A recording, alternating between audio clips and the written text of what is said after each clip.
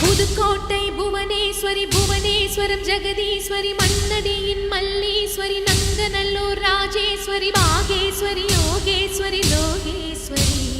Melmalayanur